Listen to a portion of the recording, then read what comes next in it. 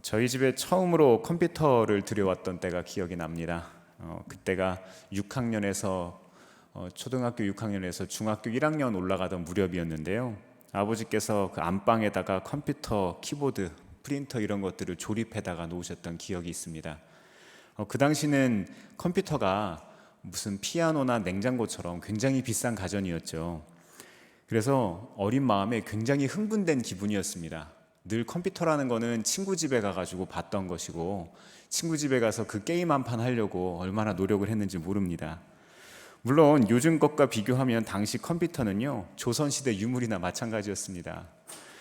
하드디스크가 없었기 때문에 프로그램 하나를 사용하려고 해도 플로피 디스크라고 혹시 아십니까?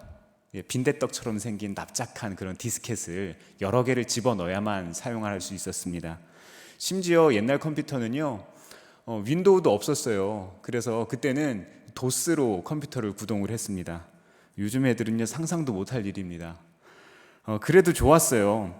플로피 디스크로 저는요, 남북전쟁 게임 혹시 아세요? 페르시아의 왕자 뭐 이런 게임도 했습니다. 그리고 CD롬 시절에 게임들인 대항해 시대, 삼국지 이런 게임을 하면서 어린 시절을 보냈던 기억이 있습니다.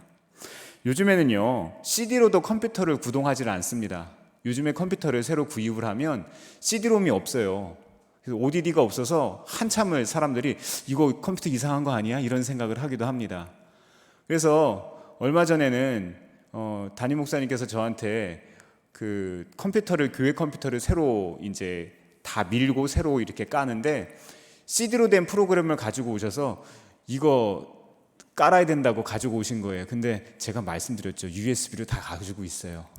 네, 혹시 아실런지 모르겠습니다. 그런데요, 요즘에는요, USB 메모리도 쓰지 않아요. 다 클라우드로 내려봤습니다. 인터넷만 연결이 되면 어디서든 모든 컴퓨터를 새 것으로 만들 수 있어요.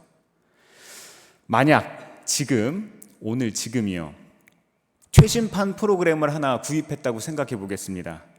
그거를 제가 어렸을 때 사용했던 93년, 94년도에 사용했었던 컴퓨터에 한번 깐다고 생각을 해보세요. 이 설치할 때 어떤 문제가 제일 처음 생길까요? 어떤 문제가 생길까요? 낡고 뒤처진 고물 컴퓨터에 USB 포트나 인터넷 랜카드 자체가 없다는 게 문제가 됩니다. 인터넷이라는 게 없으니까요. 아무리 시간을 들이고 돈을 들여서 그 문제를 해결하려고 애쓴다 해도 문제가 해결이 되지 않습니다. 그런 고물 컴퓨터로는요, USB 메모리나 클라우드에 들어있는 방대한 자료를 읽어낼 재간이 없습니다. 우리가 하나님을 대할 때도요, 마찬가지인 상황이 생깁니다. 유한한 인간이 무한하신 하나님을 이해하려고 할 때 하나님과 인간 사이에는요, 이 접속의 문제가 생기는 거예요. 연결이 안 되는 거예요. 무한하고 엄청난 정보를 우리 속에 정확하게 인식시킬 수 있는 방법이 없다는 겁니다. 우리가 제 아무리 뛰어난다고 하든 하나님의 성품과 사랑, 하나님의 그 아름다운 모습들, 하나님의 임재, 이런 것들 헤아릴 수 없이 많은 정보들을 받아들이기엔 어렵습니다. 물론 부분적으로는 알 수 있겠죠. 그런데 평생을 다 바치고 노력을 해도 이 한계는 극복할 수가 없습니다. 거듭 말하지만 하나님은 우리가 완전히 이해하실 수 없는 분입니다. 신약 성경은 다음과 같이 말합니다. 로마서 11장 33절부터 36절, 오늘 말씀인데요, 화면에 제가 올려드리겠습니다. 세 번역으로 함께 교독하겠습니다. 함께 읽겠습니다. 시작. 하나님의 부유하심은, 로마서 11장 33절부터 36절입니다. 시작.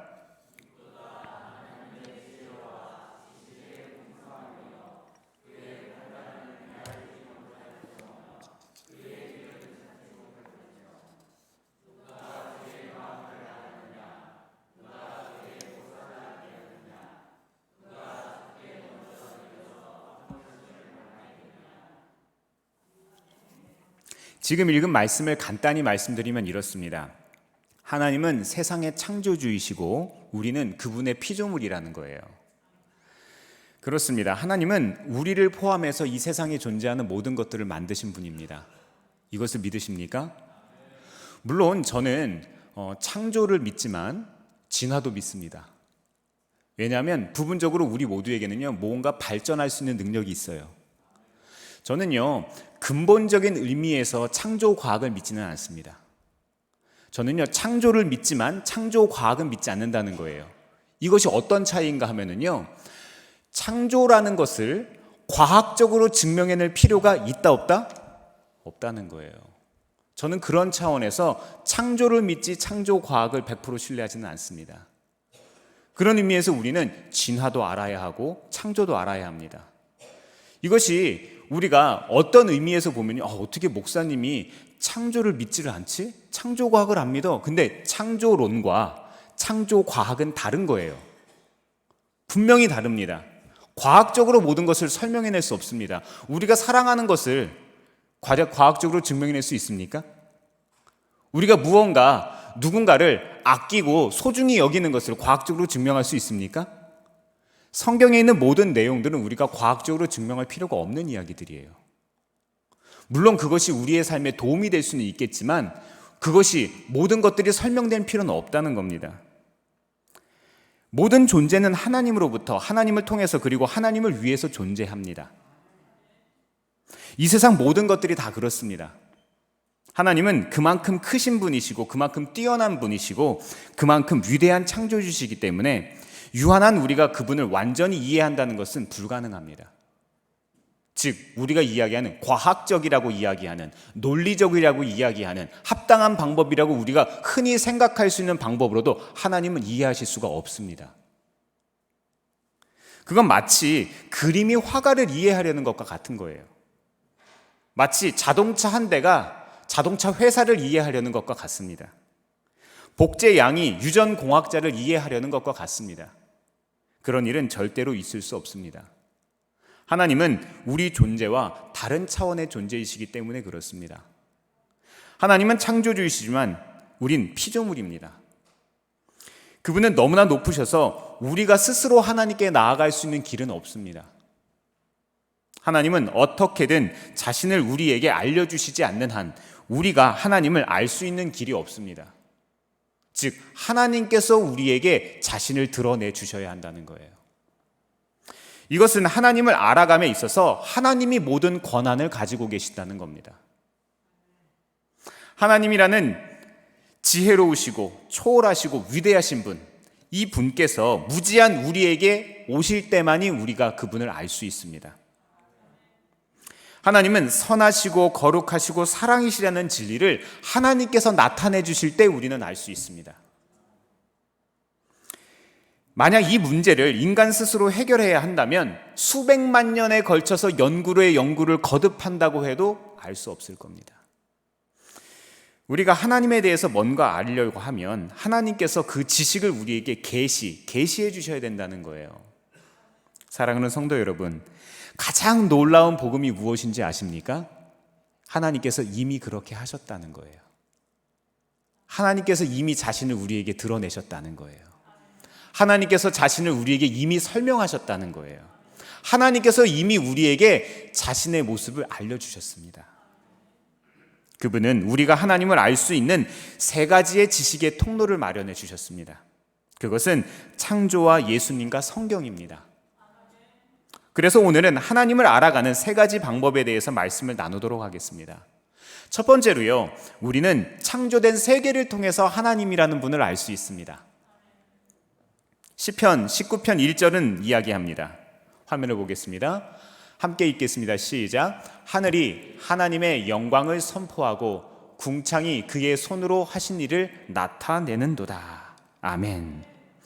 우리가 사는 지구와 저 우주처럼 우리를 둘러싸고 있는 세계를 자세히 살펴보면요, 하나님이 세상을 창조하신 것은 물론이고 하나님에 대해서도 우리는 조금은 알 수 있어요.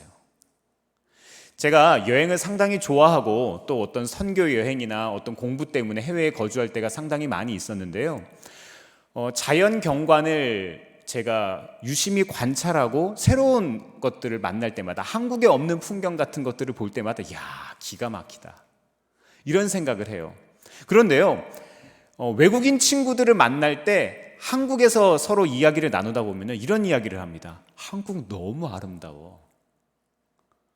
한국 정말로 기가 막혀. 어떻게 이런 풍광이 있을 수 있지? 이런 이야기를 저한테 하는 것들을 듣습니다. 우리는 너무 익숙하니까요. 이게 얼마나 아름다운지 모르는데요. 새로운 곳에 가면은 정말로 놀라운 것들을 마주합니다.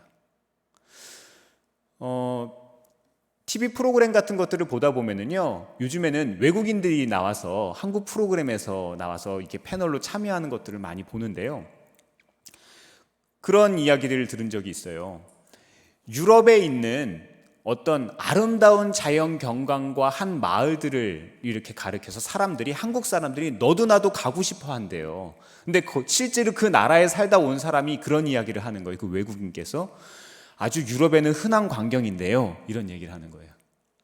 우리는 너무 이국적이고 아름답다고 하는 게 그 사람들은 아주 흔하다는 거예요. 너무 흔해서 그럴까요? 우리는 감사함도 잘 모르는 것 같고요. 이것이 얼마나 아름답고 값진 것인지 잘 모르는 것 같습니다. 그런데 그럼에도 불구하고요, 아주 기가 막힌 자연 환경을 우리가 바라볼 때 감동을 느끼기도 하고요, 자연에 압도되기도 합니다. 나이아가라 폭포 한번 가보셨어요? 아프리카의 빅토리아 폭포 한번 가보셨습니까? 가본 사람들 말에 의하면 기가 막히게 돼요. 정말 기가 막히대요. 저는요, 그랜드 캐년을 한번 가본 적이 있습니다. 이 그랜드 캐년은요, 버스를 타고서 한참을 들어갈 때까지 있는 줄도 몰라요. 주차장에 내려서 그랜드 캐년 그 표지판까지 걸어갈 때도 몰라요. 그런데 실제로 그 앞에 가면은요, 땅이 다 꺼져 있어요. 우와, 기가 막힌 거예요. 정말 기가 막힙니다. 어떻게 이런 게 여기에 있지?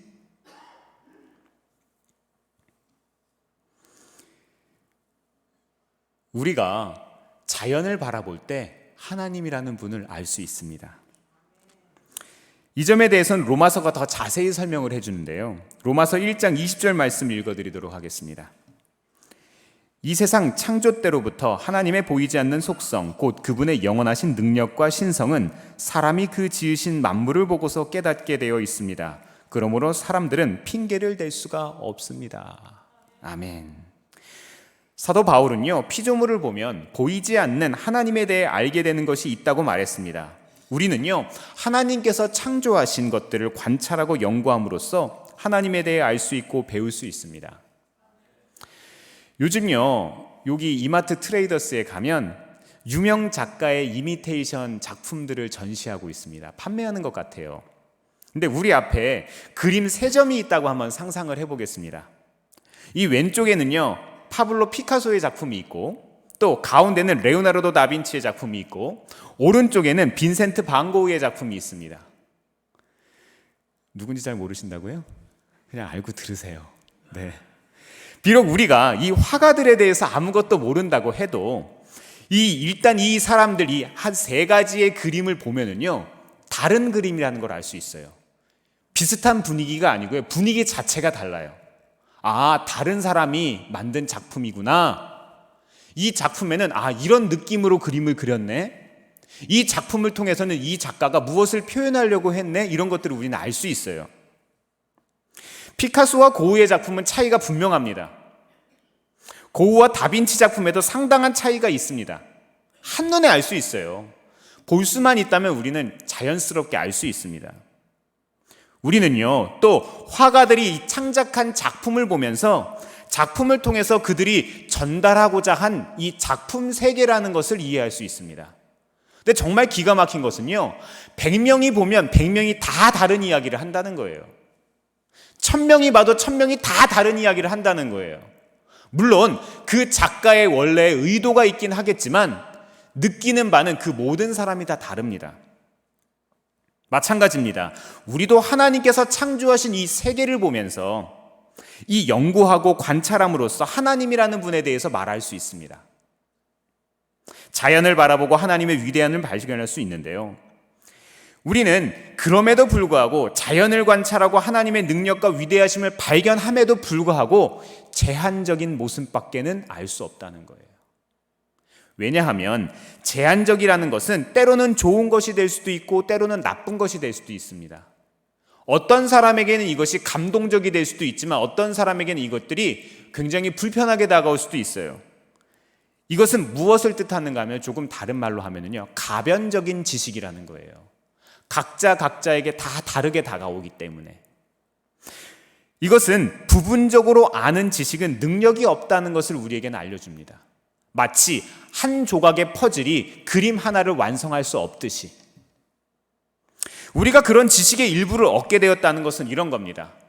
한번 인터넷으로 검색을 한참 컴퓨터를 하다가 우리가 배너가 하나가 떴습니다. 어떤 한 질병에 대해서, 내가 앓고 있는 심각한 질병에 대해서 치료할 수 있는 정보 하나가 딱 떴다고 생각을 해보세요. 그래서 우리가 거기에 들어갔는데 뭐만 나오는 거예요?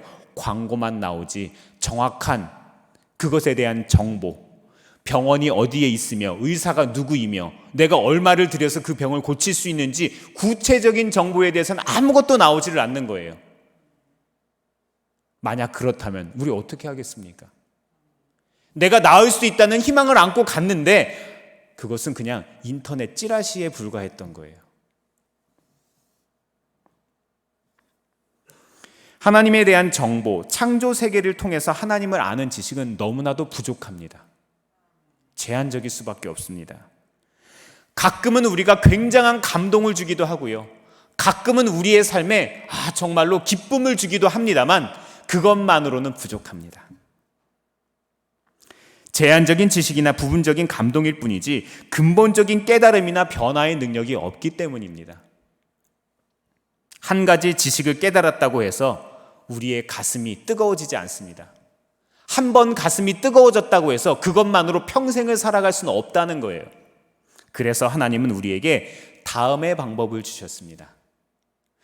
두 번째로 우리는 성경을 통해 하나님을 알아갈 수 있습니다. 하나님이 자신을 나타내시는 두 번째 방법은 바로 성경인데요. 성경은 역사를 통한 하나님의 모습을 하나님께서 친히 기록하셨습니다.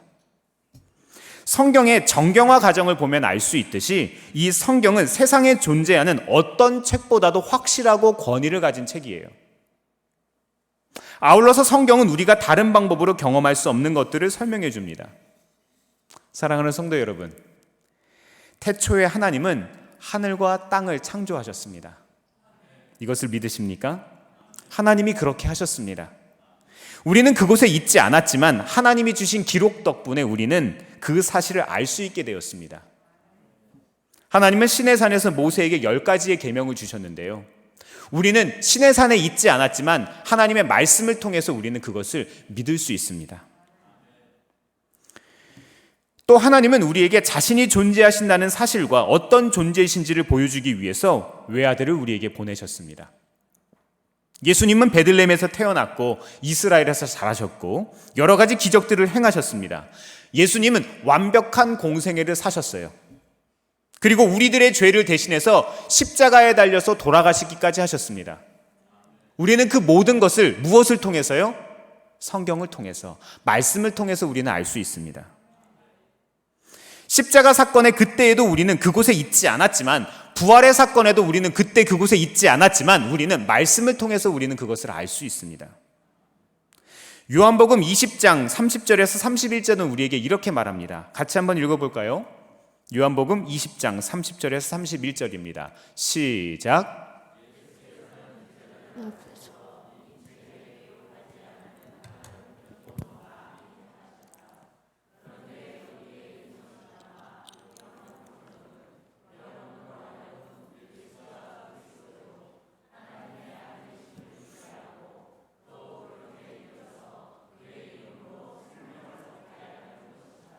아멘. 성경을 기록하심은 우리로 하여금 영원한 생명을 얻게 하시기 위함입니다. 참 감사한 일이죠. 하나님은 자신을 우리에게 드러내시기로 작정하신 거예요. 그리고 그것을 성경을 통해서 알려주셨어요. 이러이러한 방법을 통해서 우리에게 당신을 알려주셨다, 계시하셨다는 거예요. 제가요, 무언가를 혼자 조립하고 만드는 것을 꽤 잘하는 편이에요. 그런데 제가 그 이케아에서 가구를 하나 사가지고 왔거든요. 근데 설명서가 어디 갔는지 도무지 없는 거예요. 이 설명서가 없으니까 조립을 하기가 힘듭니다. 근데 찾아보니까 차에다가 제가 그것을 흘리고 온 거였어요. 설명서를 다시 가지고 와서 제가 그것을 조립하니까 쉽게 조립할 수 있었습니다. 네, 그런 거예요. 하나님께서 우리에게 하나님이라는 분을 계시하셨을 때 하나님의 말씀이라고 하는 그 기준과 그 가치, 그 진리에 대해서 우리에게 말씀하셨기 때문에 우리는 하나님이라는 분이 어떤 분이신지를 구체적으로 잘 알 수 있다는 겁니다. 그래서 우리는 말씀을 통해서 하나님이라는 분과 인격적으로 교제할 수 있게 되었습니다. 우리가 쉽게 오해하는 부분이 있었어요. 가끔 어떤 사람들은요, 지금까지 성경에 없었던 하나님의 새로운 말씀을 받았다고 이야기합니다. 아, 나 계시 받았어? 네, 그럴 수 있죠. 그럴 수 있죠. 전 존중합니다. 저도 예언을 하고, 저도 방언을 하고, 저도 통변을 합니다만, 저도 그렇게 합니다만, 그럼에도 불구하고 우리는 무엇에 비추어서 그것을 해석해야 돼요? 하나님의 말씀에 비추어서 그것을 해석해야 합니다. 내가 계시 받았다고 하는 사람들, 나 꿈 꿨어? 신천지가 대부분 접근하는 방법들이 이런 방법이 있습니다. 내가 당신에 대해서 어떤 꿈을 꿨는데, 네, 꿈 참 좋은 것이죠. 계시적인 것이죠. 가끔 우리가 기도하지 않을 때에도 하나님께서 우리에게 말씀하시기 위해서 꿈을 사용하실 때도 있어요. 분명한 사실입니다. 그럼에도 불구하고 그 말씀을 받는 우리들이 불완전하다는 것 생각 안 해보셨습니까? 하나님의 계시는 100% 순전한 것이고 완전한 것이지만 그것을 받는 우리들이 불완전하다는 거예요. 그래서 그것을 해석하고 재해석하는 과정에서 오류가 있을 수 있다는 거예요. 그렇기 때문에 우리는 하나님의 말씀에 비추어서 모든 것들을 해석할 수 있는 해안이 있어야 됩니다. 가장 좋은 방법은 이미 우리에게 주신 가장 완벽한 계신 말씀을 가지고 분별하는 겁니다. 또 계시를 받는 주체에 대해서도 우리는 한번 생각해 볼 필요가 있습니다. 우리가 하나님으로부터 뭔가를 듣고 싶다고 해서 하나님의 말씀을 들을 수 있습니까? 조금 다르게 얘기해서요. 우리가 하나님께 말씀해 달라고 해서 하나님께서 우리에게 말해야 하는 그런 책임은 없어요. 하나님 마음이지. 그렇지 않습니까? 우리 마음입니까? 내가 듣고 싶으면 반드시 들을 수 있습니까? 그런 법이 성경 어디에 있습니까? 물론 하나님께서 우리에게 응답하시지만 때로는 하나님께서 우리에게 침묵으로 응답하시는 것은 우리가 어떻게 해석해야 합니까? 하나님은 모든 질문들에, 모든 기도에 응답해야 할 권리는 없으세요.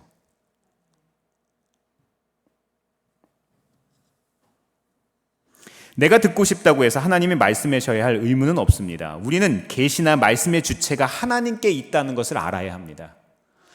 현대사회를 살아가는, 민주주의 사회를 살아가는 그리스도인들은요, 참 많은 착각들을 하고 사는 것 같습니다. 성경은요, 권위체계가 확실한 하나님의 말씀입니다.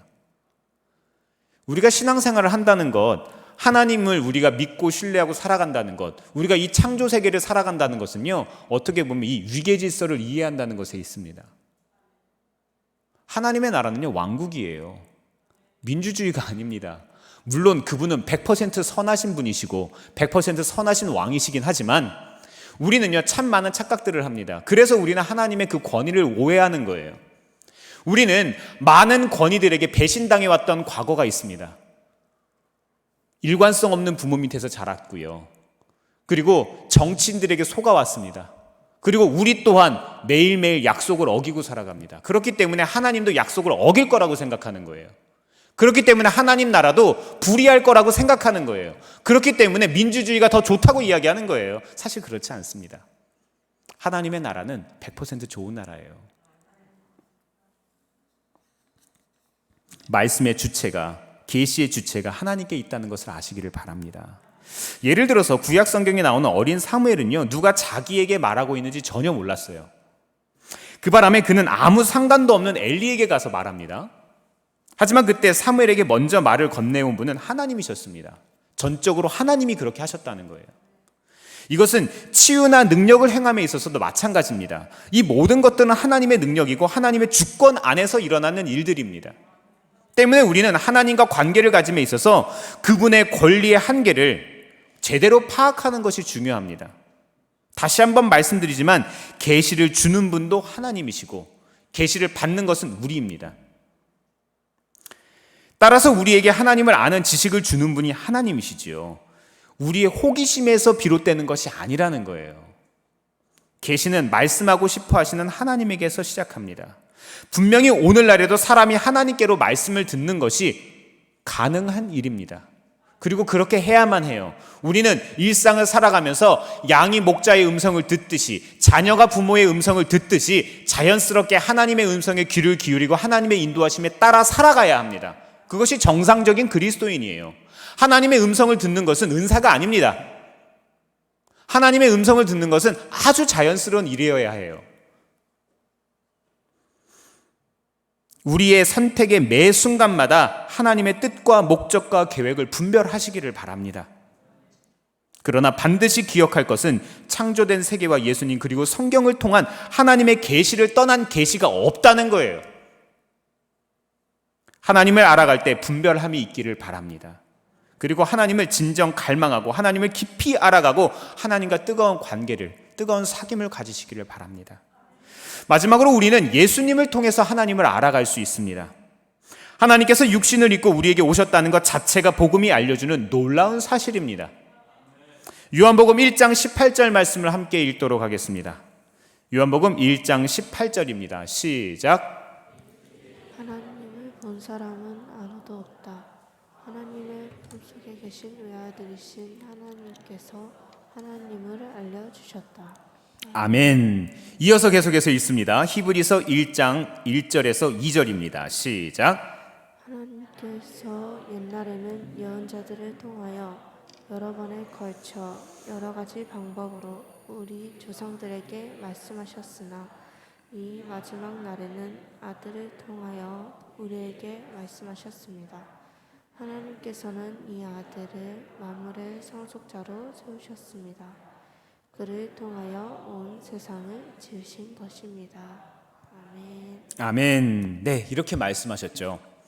제일 먼저 하나님은 모든 자연과 피조물들을 통해서 말씀하셨고, 그리고 말씀을 전하는 선지자들을 통해서 말씀하셨습니다. 그리고 결국에는 가장 극적이고 탁월한 방법이었던 예수님을 통해서 우리에게 말씀하신 거예요. 네, 하나님은 예수님을 우리에게 보내셨습니다. 히브리서 1장에 의하면 아버지 하나님은 처음부터 예수님을 통해서 모든 것들을 창조하셨습니다. 여기에 중요한 사실이 하나 숨어 있는데요. 하나님은 예수님이시고 예수님은 하나님 그 자체이시라는 거예요. 그리고 그 예수님께서 지금 우리에게 보혜사 성령을 보내주시고 그 성령 하나님께서 우리와 함께 하신다는 겁니다. 따라서 우리가 예수님의 음성을 들을 때 우리는 하나님의 음성을 듣는 것과 같습니다. 우리가 예수님을 경험한다면 그것은 곧 하나님을 경험하는 일이 되는 겁니다. 우리가 예수님에 대해 뭔가를 알게 된다면 그것은 하나님 자체에 대해서 알게 된다는 거예요. 우리가 예수님을 본다면 그것은 곧 하나님을 보는 겁니다. 이렇게 하나님은 우리가 하나님을 알 수 있도록 친히 사람이 되셔서 우리에게 오셨습니다. 성육신이 되셨다는 것은요, 마치 식물학자가 한 포기 풀이 되는 것과 같은 거예요. 우리가 집에서 키우는 반려견을 사랑한다고 반려견의 사료를 먹고 반려견의 집에 들어가서 잠을 자지는 않습니다. 그런데 예수님이 우리에게 오셨다는 것은 마치 그런 거예요. 이렇게 하나님은 예수님이 육신의 옷을 입고 이 땅에 오셨다는 거예요. 그래서 우리는 하나님을 비로소 알 수 있게 되었습니다. 저는 지금 우리가 예수님을 통해 직접 하나님과 영원하고 초자연적인, 초월적인 그런 관계를 가질 수 있다는 것을 이야기하고 있는 겁니다. 이것은 형식적으로 조금 아는 것이 아니라, 그저 예의상 아는 것이 아니라 아주 친밀하고 개인적이고 영원한 관계를 뜻하는 겁니다. 사람이 자연을 보고도 모든 것들을 알 수 없으니까, 하나님을 알 수 없으니까 말씀을 주셨고, 말씀을 통해서도 우리가 제한적으로밖에 알 수 없으니까 예수님을 통해서 사람인 우리들과 똑같은 예수님을 우리에게 보내주셔서 그분을 만지고 경험하고 알게 됨으로써 하나님이라는 분을 알게 되었다는 거예요. 이게 얼마나 놀라운 사실입니까? 사랑하는 성도 여러분, 오늘 말씀의 주제는요, 하나님을 알아감이에요. 우리가 사순절을 보내고 있습니다. 이 사순절을 보내면서 우리는 어떻게 살아갑니까? 그저 십자가의 고난을 그냥 묵상만 하고 사시겠습니까? 아니요. 하나님께서 왜 예수님을 우리에게 보내주셨는지, 내가 얼마나 가치 있는 존재이길래 예수님을 우리에게 보내주셨는지, 그리고 그 예수님께서 왜 십자가에 달려 돌아가시고 우리에게 그것을 먼저 깨닫게 해주셨는지, 먼저 깨달은 자로서 우리가 어떻게 살아야 하는지, 이것이 사순절의 의미 아니겠습니까? 우리는 예수님과 관계를 맺어야 합니다. 이것은 가장 친한 친구와 맺는 관계처럼 아주 실제적인 관계입니다. 그리고 또 그 이상의 관계를 우리는 가져야 합니다. 둘도 없는 분, 나에게 다른 어떤 것보다도 가장 가치 있는 분이라는 그 고백이 우리에게 있기를 바랍니다. 이 관계는요, 저 멀리 하늘에 계신 분이 아니세요. 이 관계는 아주 실제적인 관계입니다. 내가 가장 사랑하는 그 사람처럼, 아니 그 사람보다 훨씬 더 실제적인 관계를 가져야 되는 것을 뜻합니다. 2000년 전에 오셨다가 간 고대인과 맺는 그런 관계가 아니에요. 지금도 살아계셔서 여기에 함께 계시는 그분과 함께하는 관계라는 겁니다. 우리는 믿음을 통해 지금도 함께 하시고 능력이 넘치는 예수님과 교제할 수 있습니다. 그리고 그분께서 살아계신 영이신 성령으로 우리와 함께 하십니다. 이것은 아주 실제적인 이야기입니다. 우리가 그분과 교제할 때 그분에 대한 지식이 점점 늘어납니다. 나는 이런 분을 깨달았어. 나는 이런 분을 만났어. 나는 이런 분과 함께 교제하고 살아가 라고 우리는 분명하게 이야기할 수 있게 됩니다. 인격적으로 하나님을 안다는 것, 그분을 경험한다는 것은 그분과 친구가 되는 거예요. 우리가 그분과 친구가 된다는 것, 얼마나 놀랍습니까? 이 시간 그 주님께서 여러분의 친구가 되시고자 합니다. 이제 우리가 마음의 문을 열고 믿음의 자리로, 삶의 예배의 자리로 나아갈 때입니다. 사랑하는 성도 여러분, 우리는 본래 하나님을 알 수 있는 존재들이 아닙니다. 하지만 우리 하나님께서 은혜를 주셔서 이제 길이 열렸습니다. 은혜의 길이 열린 거예요. 저는 이 시간 우리 가운데 하나님에 대한 목마름으로 우리가 충만해지기를 원합니다. 하나님을 더욱더 알기를 원합니다. 이 시간 우리의 영안이 열려서 하나님이 정말 우리를 사랑하시는구나, 예수님을 알고 나니 말씀이 보이고, 말씀을 알고 나니 이 세상의 모든 것들이 나를 위해서 창조하신 것들이구나, 나를 위해서 예비하신 것들이구나, 이런 영안이 열리기를 바랍니다. 우리의 마음문이 열려서 하나님과 더욱더 깊은 교제를 나누시기를 바랍니다. 우리에게 주신 다양한 방법들이 있어요. 이런 것들을 통해서 주님과 우리는 더욱더 사귐을 가져야 합니다. 우리 인생의 첫 번째 목표는요, 더 많은 지혜를 얻는 것도 아니고, 더 많은 돈을 버는 것도 아니고, 더 강해지는 것도 아닙니다. 가장 중요한 목표가 무엇인 줄 아십니까? 하나님을 알아감. 하나님을 알아가는 것입니다. 오늘 말씀을 기억하시면서 하나님을 깊이 알아가시는, 우리가 알게 된 그 하나님을 전하는 멋진 한 주, 힘 있는 한 주, 능력 있는 한 주를 보내시기를 주의 이름으로 축원합니다. 기도하겠습니다.